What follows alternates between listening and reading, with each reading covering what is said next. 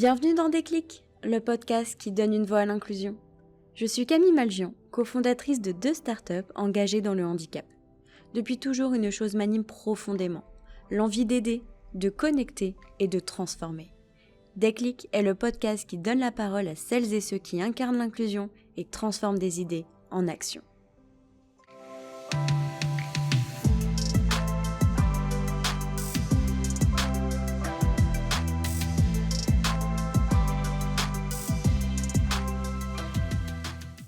Confiance, mais qui va des deux sens en fait, et c'est là où c'est beau quand je vais parler de Pauline, qui est une amie, qui m'a demandé de faire un 46 km, enfin j'ai fait la course avec elle, elle m'a dit ça me rassure de la faire avec toi.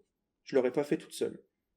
Donc même elle, ça la rassure finalement à la faire. Alors qu'en soi, totalement les capacités, et en plus de ça, le ferait beaucoup plus vite sans moi, et c'était pour se rassurer avant sa Saint-Élion, et donc ça fait toujours plaisir de se dire bon, je peux rassurer alors que c'est elle qui m'apporte de l'aide.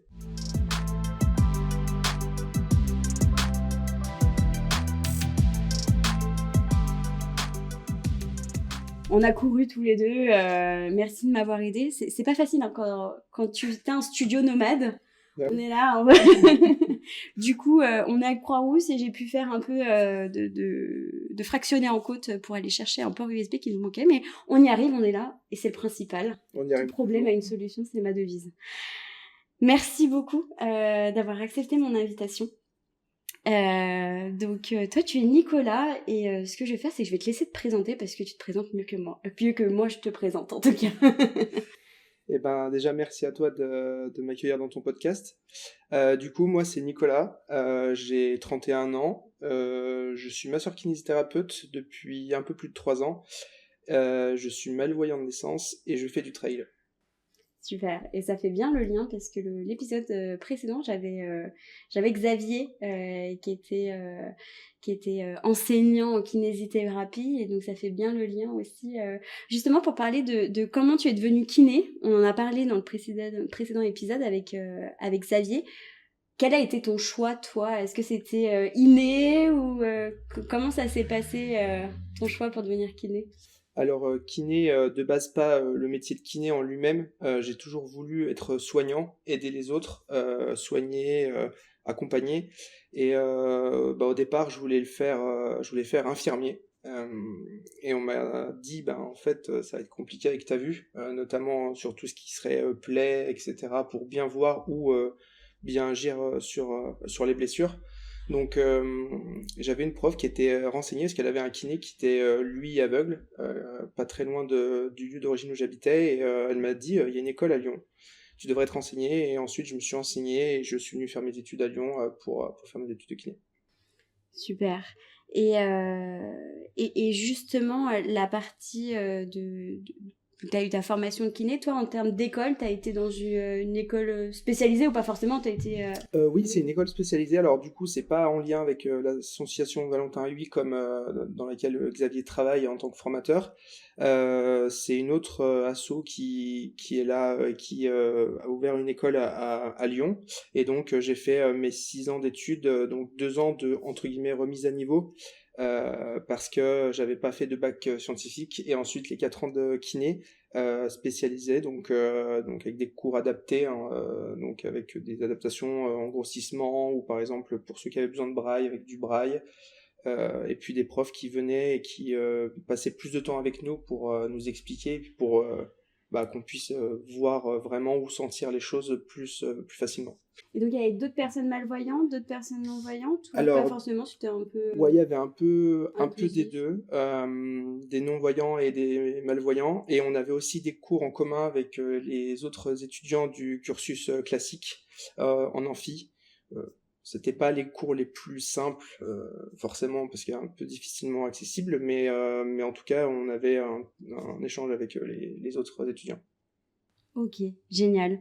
Et sur cette partie-là, tu parlais aussi donc que tu fais du sport, que tu fais du trail. Ouais. Alors, qu'est-ce que c'est que le trail ? C'est de la course en nature, donc forêt, montagne, donc pas sur bitume, même si bon, il y a des trails urbains qui existent. Donc, courir en pleine nature quand on est malvoyant, c'est pas le truc qui paraît le plus logique tout de suite quand on voit ça, mais j'ai découvert le trail en sortant de mes études de kiné, je le connaissais pas avant. Et ça a été une vraie passion. Oui, alors déjà, en fait, la première chose, je me suis dit, est-ce que c'est possible quand on voit mal de faire ça? La première chose que je me suis dit, parce que c'est une patiente qui m'a fait découvrir le trail, c'était, elle me parlait de l'UTMB, je connaissais pas, en août 2021, et du coup, je l'ai regardé, je me suis dit, bah tiens, bon, on va essayer. Parce que tout ce qui me paraît un peu compliqué, des fois, j'aime bien, et puis vu que j'aimais courir déjà, je me suis dit, bah on va essayer. Donc j'ai commencé par un trail urbain, donc le Luanban Trail, et puis ensuite je me suis dit, bon bah maintenant on va essayer d'aller en montagne, ou en tout cas au moins forêt, etc. Et j'ai commencé par un trail dans le Jura. Et là, j'ai vraiment compris ce que c'était le trail, et ça a été compliqué. Et ton déclic, donc c'est cette patiente finalement qui t'a fait découvrir le trail, mais ton déclic à toi de te lancer dans ce sport, quel a été ton déclic de dire c'est bon, j'y vais? C'est quand j'ai fait le premier, donc elle m'en a parlé, mais mon vrai premier trail, et là où j'ai échoué, je me suis dit, je pense que c'est possible, et le fait d'être, on va dire, d'avoir cette sensation de liberté en pleine nature, dans des lieux qui sont parfois difficilement accessibles, voire peu accessibles, voire pas, quand on est malvoyant ou aveugle, je me suis dit, mais j'ai envie de faire ça, j'ai envie d'essayer de faire ça, et puis je me suis passionné par ça. Et ça t'a permis quoi aujourd'hui justement le trail? Donc tu me parlais que t'as découvert ça en août 2021, on est en janvier 2025, donc t'as quelques années de pratique quand même. Ouais. Qu'est-ce que ça t'a permis de découvrir sur toi ou sur ta façon de vivre ton quotidien? Alors déjà, ça me fait relativiser sur beaucoup de choses, même si de base je relativise beaucoup, mais ce côté se dépasser, faire des choses qui paraissent inaccessibles. Enfin, il y a 3 ans, je te dirais, allez, on va faire un maratrail. Dans ma tête, je me disais, mais... Maratrail, 42 Ouais, km en trail. à peu près 40 Ok. km en trail, et je me disais, mais faut déjà être cinglé pour faire ça. Et puis maintenant, j'ai envie de faire de l'ultra trail, et un maratrail pour moi maintenant est déjà quelque chose qui est plus facilement accessible. Parce que là, il y a 3 ans, je me disais, mais j'y arriverai peut-être jamais. Et donc, c'est ce défi de vouloir aller toujours plus loin qui m'anime dans ce sport. Et on partage la même passion parce qu'on s'est rencontrés comme ça, parce que je t'ai suivi sur les réseaux sociaux, notamment sur Instagram, parce que moi aussi je suis une fan de trail, comme tu le sais. Et puis trail, et puis handicap, déficience visuelle, voilà, tout de suite il y a eu des ponts qui se sont faits. Et parlons justement sur ton handicap, si tu me le permets. Bien sûr. Donc toi tu es malvoyant de naissance. Aujourd'hui, tu es arrivé ici pour qu'on tourne le podcast sans canne, sans chien. Donc globalement, c'est un handicap invisible. C'est ça en fait. On en a déjà parlé en off, mais pour beaucoup de gens, être malvoyant ou aveugle, c'est tout de suite une canne. Il n'y a pas de demi-mesure. Même quand parfois des personnes qui me croisent dans la rue, et quand je leur demande de l'aide parce que je sais pas, j'ai pas trouvé quelque chose, je leur dis je suis malvoyant, et ils me disent ah bon? Ah oui, bah oui. Et oui, forcément, je me déplace sans canne. Après, je connais très bien la ville aussi, mais la canne, ça m'est pas forcément nécessaire en tout cas.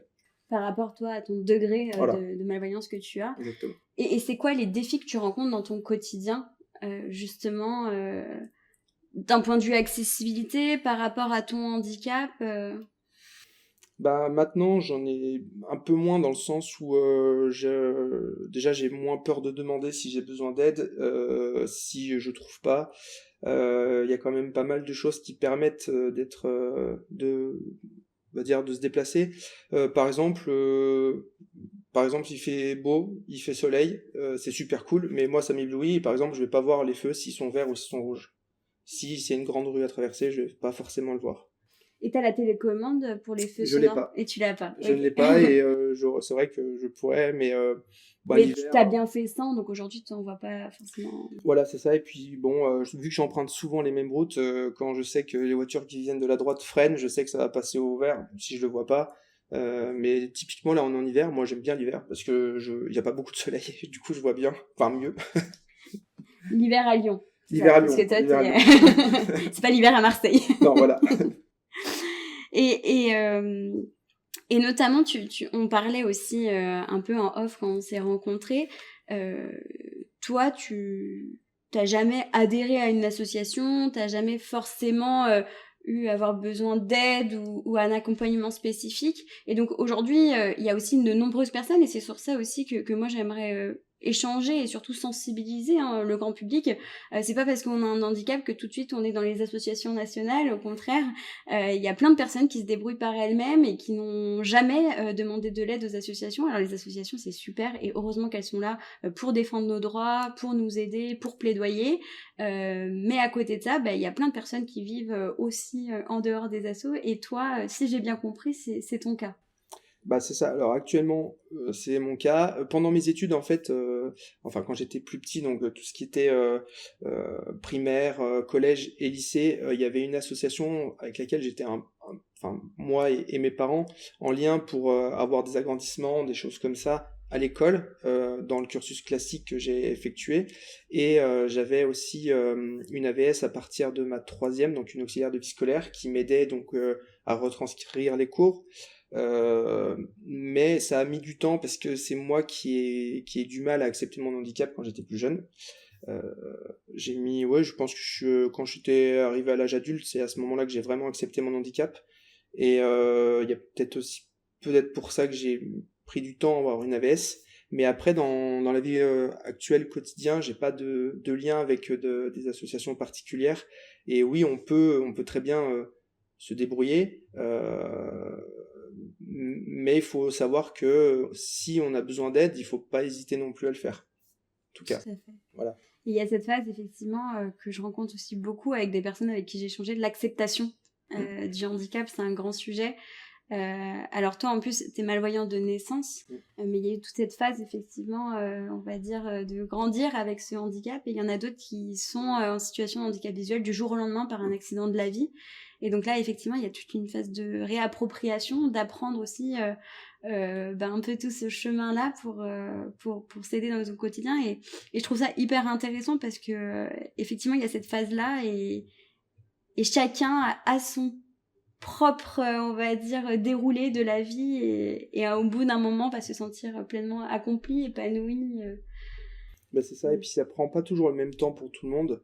Alors, moi je pense, après c'est pareil, c'est un avis parce que j'ai vécu en l'ayant dès le plus jeune âge, je pense que c'est plus facile, je pense, de naître avec son handicap et de grandir avec que d'avoir un handicap qui vient brutalement parce que du coup là on change tout du jour au lendemain alors que en fait j'ai dû grandir avec mais il était déjà là en fait donc je m'adaptais déjà à ce que j'avais et pas à quelque chose de nouveau à chaque fois. C'est de l'adaptation constante et pas du jour au lendemain à tout réapprendre ou du moins d'apprendre des nouveautés qu'on ne pratiquait pas dans nos vies d'avant.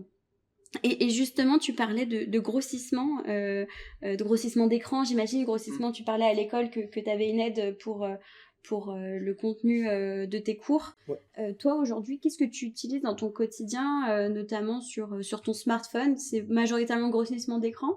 Oui, je grandis l'écran. L'écran de mon ordinateur au travail aussi. Même l'écran du secrétariat je travaille dans un cabinet de kiné. Et donc, du coup, j'ai agrandi quelques petites choses en demandant, mais sans le demander non plus à mes collègues pour que justement je puisse même avoir accès à l'ordinateur plus simplement. Et après, j'utilise mon téléphone. Par exemple, s'il y a un panneau que je vois pas, je vais prendre mon téléphone, je vais zoomer, je vais chercher. Sur appareil photo. Sur appareil photo ou sur une application. Et typiquement, je fais aussi peut-être parfois, si jamais je vois mal quand c'est écrit sur un produit que je cherche ou même un livre, je vais zoomer avec mon téléphone parce que les livres, je peux lire, on va dire, de la police classique, on va dire 14, mais je vais pas lire très longtemps parce que après je vais très vite être fatigué et avoir potentiellement mal à la tête. Il y a des applications aujourd'hui qui existent où tu scannes même un panneau, un produit, et ça te vocalise. C'est des choses aussi que tu utilises comme en termes d'activation? Alors, pas forcément. Pas forcément, mais je pense que c'est quelque chose que je vais peut-être plus utiliser. Alors, typiquement à Lyon, je pense que ça j'en aurais pas forcément besoin, mais quand je suis allé à Paris l'autre jour, bon, il y avait Julien, et je me suis dit, mais wow, là, là c'est trop compliqué, il y a trop de monde, il y a trop d'informations, c'est beaucoup plus grand, donc les panneaux un peu plus petits, et là je sais que typiquement je pense que ça serait utile tant que je n'ai pas le lieu d'utiliser ce genre d'application. Ouais, en fait, finalement, c'est quand on est dans son train-train Mm. quotidien, bon, on fait avec ce qu'on a autour de Oui, nous. Et puis finalement, c'est vraiment quand on se déplace et on va dans une autre ville qu'on ne connaît pas. Et là, il y a toute une phase de réadaptation et d'apprentissage et potentiellement là, d'utiliser des outils que dans notre quotidien, on n'utiliserait pas forcément. voilà, c'est ça. Et puis, il y a aussi le côté ne pas avoir peur de demander aux autres. Quand j'étais plus jeune, je voulais pas demander aux autres. C'était pas possible. Il fallait que je me débrouille tout seul. Maintenant, je peux très bien, le jour où je suis un peu fatigué, j'ai pas envie de chercher, je vais aller voir quelqu'un, je vais dire voilà, je vois pas bien, est-ce que vous pouvez me dire? Et je vais directement y aller, quoi. Mais ça, c'est la partie. Alors, moi, j'avais rencontré des personnes, notamment déficientes visuelles. Elles appelaient ça le Uber piéton. Elles disaient, mais moi, j'ai pas besoin de GPS. Je prends un bras après l'autre et je navigue comme ça. Donc, je dirais que c'est une question aussi de personnalité. Et au contraire, j'ai rencontré des personnes qui me disent, moi, je pars du principe que si un jour je suis tout seul au milieu de nulle part, il faut que je me débrouille par Mm. moi-même. Donc, donc c'est aussi un trait de personnalité et justement aussi cette notion de faut pas avoir peur de demander de l'aide et moi je suis complètement d'accord avec toi de te dire et moi je suis la première hein. Je suis pas en situation de handicap mais je suis la première à demander de l'aide de tout le monde. Alors, pour ceux qui me connaissent ils savent que je n'ai jamais de batterie donc je suis là dans le train chaque fois que je me déplace pour demander un chargeur. C'est une autre façon de demander de l'aide mais moi ça m'aide beaucoup. Trêve de plaisanterie. Pour revenir un peu par rapport au sport que tu pratiques et au sport que l'on pratique, hein, parce que je partage cette même passion que toi et ce même sport. Je sais que tu as participé à déjà à des courses où on appelle que tu prends un dossard. Ouais. De la même façon, donc moi également j'ai participé à plusieurs courses. Ce que je me suis aperçue dans les courses, c'est que parfois, alors que ça soit sur de la course à pied, donc sur le bitume, type marathon de Paris et autres courses, et aussi en trail, parfois on a des sas spécifiques pour les personnes en situation de handicap, pour aussi les parents qui sont en poussette et qui font ce type de course. Toi, aujourd'hui, dans les courses que tu as faites, est-ce que tu avais toujours, on va dire, une réglementation spécifique, un sas spécifique ou pas forcément? Aujourd'hui, c'est aléatoire par rapport au règlement des différentes courses et des organisateurs de courses.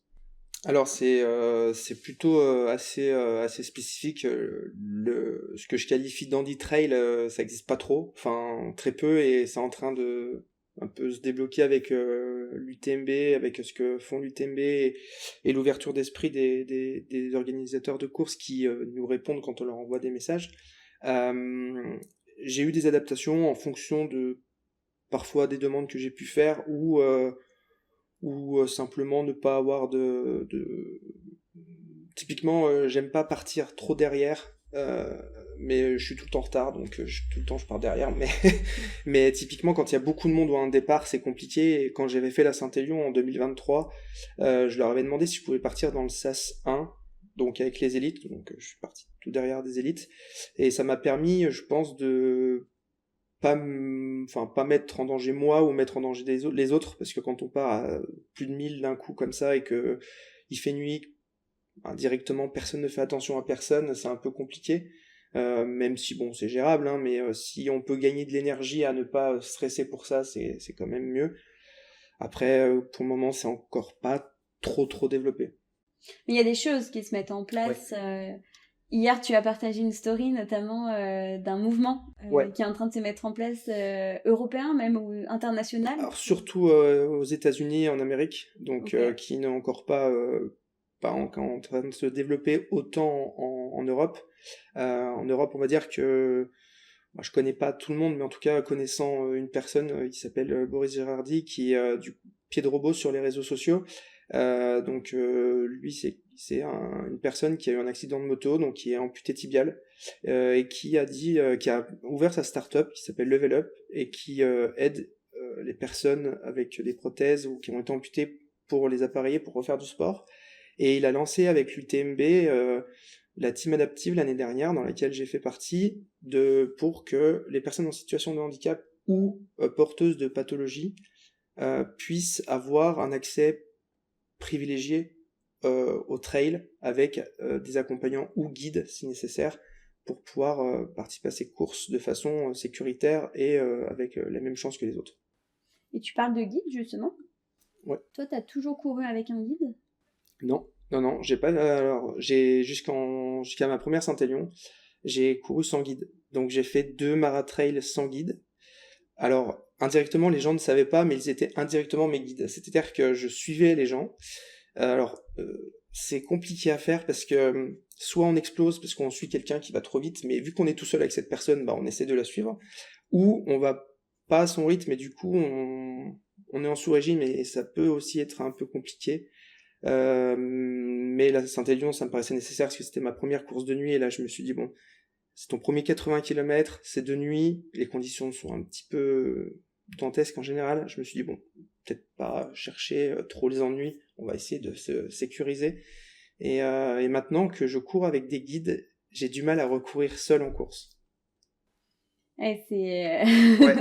c'est une habitude qu'on prend et c'est comme le lave-vaisselle, quoi. C'est quand on est habitué à faire la vaisselle à la main, après on peut pas. Enfin, quand on est habitué au lave-vaisselle, on peut pas refaire la vaisselle. Ouais, sans doute. mais c'est vrai que ça me fait gagner tellement d'énergie, de concentration que pour la même course, je sais pas, je veux dire sur un maratrail, pour le même maratrail, si j'ai un guide ou si j'ai pas un guide, admettons, si c'est un truc pas trop technique que je peux faire tout seul, je vais gagner 2 heures, au moins, je pense, facilement. Donc c'est un confort. C'est un confort, et puis vu que j'ai un petit côté compétiteur, plus avec moi-même qu'avec les autres, mais j'aime bien faire toujours mieux, quoi. Donc quand j'ai un guide, bah, je sais que je ferai mieux que si j'en ai pas, donc forcément je prends un guide. Donc maintenant, c'est tous les dossards que tu vas prendre, notamment sur l'année 2025, tu seras toujours... Ouais. Et sur le trail, alors pour les personnes qui nous écoutent, justement, les guides, ce sont des personnes qui sont pas en situation de handicap et qui permettent de guider des personnes déficientes visuelles dans les courses, que ce soit course à pied et trail. Sur la course à pied, on a ce qu'on appelle un lien.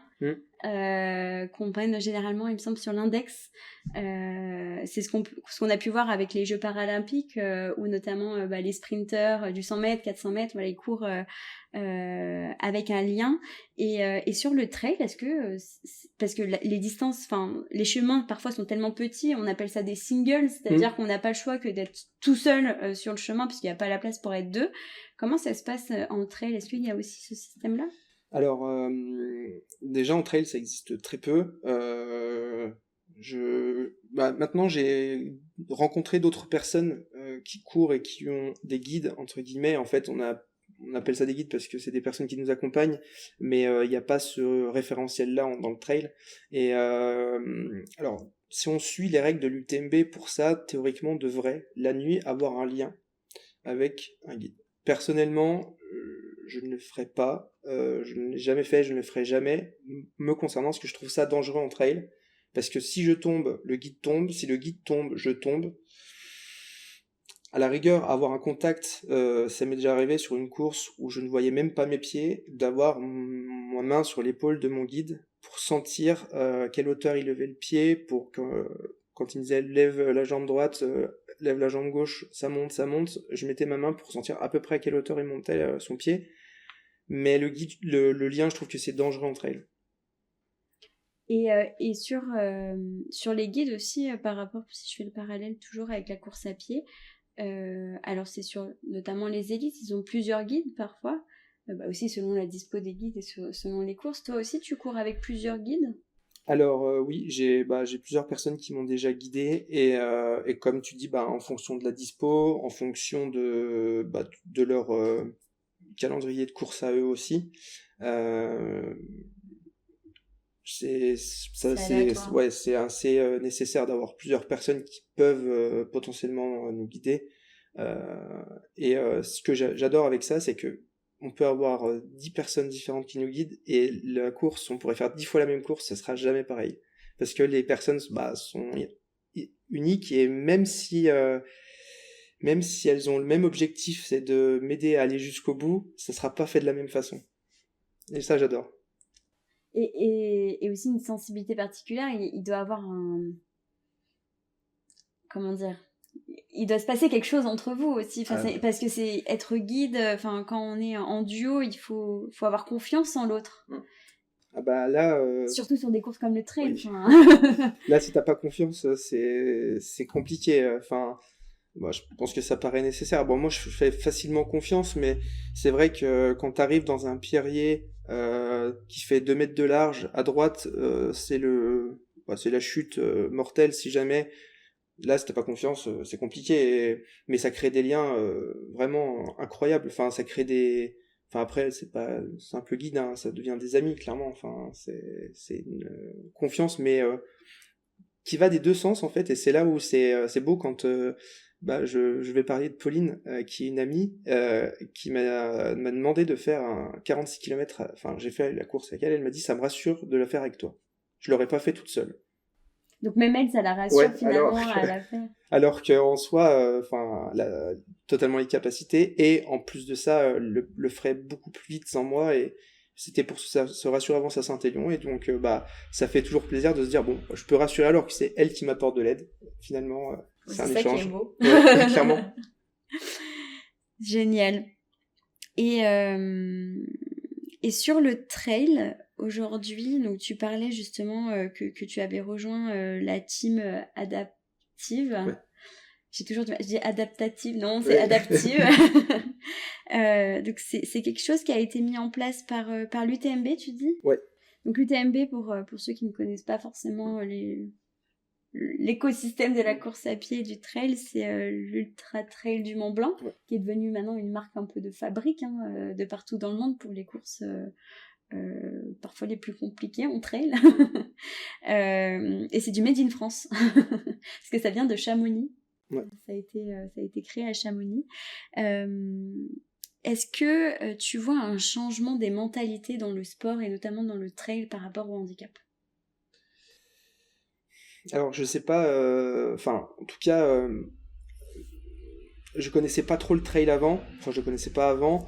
Moi, à chaque fois que j'ai parlé de mon handicap pendant les courses, parce que ça m'arrivait de dire aux personnes je vous colle, je suis désolé, c'est parce que je suis malvoyant, je me sers de vos pas, etc. J'ai toujours eu des personnes bienveillantes, ouvertes, qui se posaient des questions, qui me posaient des questions par rapport à ça.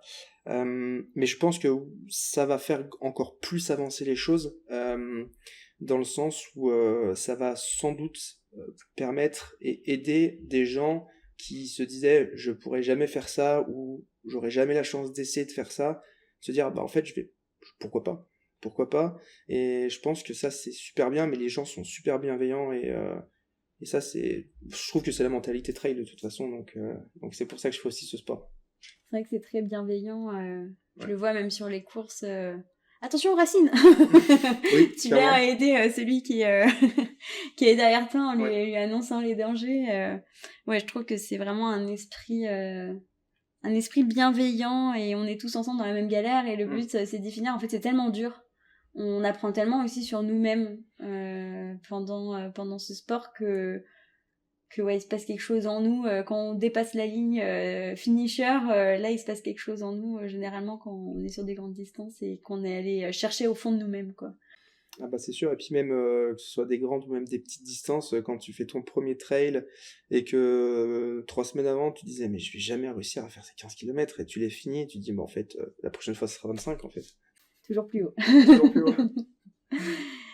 Merci en tout cas pour ta vision des choses sur le sport, sur le trail. Maintenant, j'aimerais te mettre au petit défi de la boule de cristal. C'est quelque chose que je fais à tous mes invités. L'avenir aujourd'hui de l'inclusion, donc on est dans 10 ans, 2035. Quel est pour toi l'avenir de l'inclusion et notamment dans le sport ? Je pense que l'inclusion va prendre une part encore plus importante, cette réussite de cette année là d'avoir des JO paralympiques qui sont très très médiatisés, le fait que ça évolue un petit peu dans tous les domaines, moi je pense que dans 10 ans l'inclusion aura beaucoup avancé, même s'il y aura encore du travail, il y aura toujours du travail je pense, mais mais je pense que ça va être des choses qui vont être beaucoup plus suivies, où il y aura beaucoup plus de budget aussi, je pense. Parce que pour le moment, je pense qu'il y a du budget, mais il y aura, je pense, beaucoup plus d'athlètes en e-sport qui seront professionnels et qui en seront leur métier comme des athlètes, on va dire, classiques, je pense. Enfin, j'espère. On espère tous ça. Hein. Oui. Nous les premiers, je crois. Mais ouais. Et est-ce que le trail, alors ça c'était un grand sujet dans le milieu du trail, est-ce que le trail serait un jour aux Jeux Para ou au JO déjà, dans un premier temps, et demain peut-être aux Jeux Para? Ouais, c'est un grand sujet, mais je crois que ça fait pas trop partie de la mentalité de ceux qui pratiquent le trail. Ouais, ça fait pas trop partie de la mentalité. Après, ouais, si ça évolue, si le côté handisport évolue plus dans le trail en lui-même, comme il est en train d'essayer de faire, je pense que c'est pas forcément nécessaire, mais je pense que le trail sera jamais au JO, ou en tout cas, ça sera pas les athlètes qu'on connaît qui gagnent des courses actuellement qui iront faire les JO. Comme le football. Comme le football, par exemple. Merci beaucoup. Moi, j'ai un petit jeu à te faire faire. J'ai un petit verre avec plusieurs mots à l'intérieur et je vais te laisser en piocher un. Et pour le lire, si tu veux, je peux m'en occuper. Braille. Waouh. Alors, qu'est-ce que t'en penses du braille? Ou qu'est-ce que t'en penses? Déjà, est-ce que tu as utilisé le braille à un moment donné? Je n'ai jamais utilisé le braille, je ne sais pas lire le braille. Quand j'avais mes camarades de classe qui étaient avec du coup leur feuille ou leur appareil pour retranscrire en braille, j'ai essayé et je me sentais mais vraiment à côté de la plaque parce que même si je suis malvoyant, vu que j'ai un reste visuel assez on va dire important entre guillemets, mais je me sers beaucoup de mes yeux, j'ai jamais déjà parce que j'en ai pas forcément besoin non plus, mais développer ça, et c'est vrai que c'est impressionnant la vitesse à laquelle ils arrivent à lire ou à retranscrire là où c'est très très difficile de lire. Et c'est vrai que c'est quelque chose qui est dommage parce que ça se perd de plus en plus dans les chiffres et dans la data. Alors j'ai plus les chiffres en tête et je ne veux pas dire de bêtises, mais je crois qu'on a moins de 20% des personnes qui sont déficientes visuelles aujourd'hui qui lisent le braille. Et c'est que plus on avance, et je pense que c'est aussi avec la poussée des nouvelles technologies, des smartphones, aujourd'hui l'outil du smartphone a permis vraiment d'augmenter ou d'améliorer nettement l'autonomie des personnes en situation de handicap, et même sur l'écriture, sur la vocalisation, donc finalement il y a eu un peu cette diminution des personnes qui apprennent le braille. Il n'y a pas très longtemps, c'était la journée du braille, c'était là il n'y a pas très longtemps, au mois de janvier. Mais je pense que c'est toujours quelque chose qu'il faut persister parce que c'était une belle révolution pour les personnes en situation de handicap visuel à l'époque quand il n'y avait pas tout ce qu'on a aujourd'hui. Mais effectivement, et je partage, toi tu es malvoyant, c'est vrai que le braille va peut-être plus être poussé pour les non-voyants, genre, en tout cas je sais pas. Ou pour un degré de malvoyant qui va avoir des spécificités et avoir besoin du braille à ce moment-là, donc ouais. Ouais, puis tu vois, ce que tu dis, t'en as parlé avec Xavier dans le dernier épisode, c'est avec les IA, les nouvelles technologies. Typiquement, j'avais un camarade qui utilisait beaucoup le braille et qui faisait ses contrôles avec du braille. Et en fait, plus les études avançaient, plus il fallait retranscrire de choses rapidement, et plus il le faisait avec son ordinateur, parce qu'il gagnait du temps dans ses évaluations, sur la lecture, la relecture aussi, parce que il mettait ses écouteurs et faisait lire son ordinateur en x10 et relisait très vite ce qu'il pouvait faire. Il écrivait plus vite aussi, donc je pense que c'est ce côté aussi optimisation de l'outil qui fait que quelque part c'est moins utilisé aussi. Et j'aime bien la lecture x10. Ah ça, ouais. C'est quelque chose qui m'a marqué, surtout avec les personnes aveugles. Parce que sur les smartphones, elles utilisent ce qu'on appelle les vocalisateurs d'écran. Alors, c'est VoiceOver sur iOS, Talkback sur Android. Et donc, en fait, ce qui fait que tout ce qui est à l'écran est vocalisé. Et on peut régler la vitesse de ces vocalisateurs-là. Je crois que c'est une tortue, non, le logo, j'ai plus en tête de ce que c'est, mais qui permet d'accélérer la vitesse. Mais alors, ils le lisent à une vitesse, même moi, je ne comprends pas, quoi. Eux, ils sont... les personnes aveugles et même malvoyantes qui utilisent les vocalisateurs, parce qu'il y a beaucoup de personnes aussi malvoyantes qui utilisent les vocalisateurs, c'est impressionnant à la vitesse que ça va. Ah bah, moi j'ai des potes qui s'en servent. Ils peuvent mettre leur téléphone, personne ne comprendra. Même si on est en train de dire des méchancetés sur toutes les gens qui sont autour, il n'y a personne qui va comprendre. Hein. C'est une vitesse impressionnante. On se demande comment ils peuvent capter ça. C'est dingue. Merci beaucoup, Nicolas, pour avoir partagé cette vie, ton quotidien, ton sport, d'avoir partagé tous ces éléments-là, ta vision des choses aussi sur le handicap, sur l'avenir de l'inclusion, sur le sport. Qu'est-ce qu'on te souhaite pour 2025 ? Qu'est-ce qui va arriver pour toi ? Déjà, des courses encore. En tout cas, au niveau, on va dire perso, il y aura pas mal de courses. Donc, essayer de consolider autour de 50, 80 km, m'améliorer sur le côté technique pour pouvoir aller faire des courses de plus en plus grandes, de plus en plus difficiles, parce qu'à long terme, l'idée, ce serait de faire une Diagonale des Fous. En 2025, il va y avoir un film qui va sortir. On a fait un projet l'année dernière avec Boris qui m'a aidé. Donc on a fait la Maxi Race d'Annecy. On a fait le tour du lac par les montagnes. 4 malvoyants avec 4 guides. Et le film va sortir dans le Nature Trail Film Festival cette année, en mars-avril. Donc il y a 83 dates en France et dans d'autres pays. Donc il est à découvrir. Et après, l'idée, ce serait vraiment de sensibiliser, montrer que tout est possible. Et puis, à terme, j'ai un petit rêve de devenir un peu un athlète, on va dire, pas à part entière, parce que j'aime mon travail de kiné, mais de devenir un coureur de trail malvoyant, accompagné par des marques pour pouvoir encore plus progresser et montrer que on peut faire de grandes choses malgré un handicap. Génial. Moi, j'ai fait de la gym aussi pendant plusieurs années et j'avais une phrase qui était ne jamais rien abandonner et voir toujours plus haut et toujours plus loin. Toujours. Et c'est ce que je te souhaite en tout cas. Merci beaucoup. Merci beaucoup Nicolas et à très bientôt. À très bientôt. Merci d'avoir écouté Déclic, le podcast qui donne une voix à l'inclusion. Si cet épisode vous a plu, partagez-le autour de vous et laissez une note ou un commentaire sur votre plateforme d'écoute préférée. Vous pouvez me rejoindre sur Instagram et YouTube, le nom c'est déclic avec 2i.podcast, pour découvrir les prochains invités et suivre la sortie des prochains épisodes. Je vous donne rendez-vous toutes les 2 semaines, le jeudi, pour un nouveau déclic. À bientôt!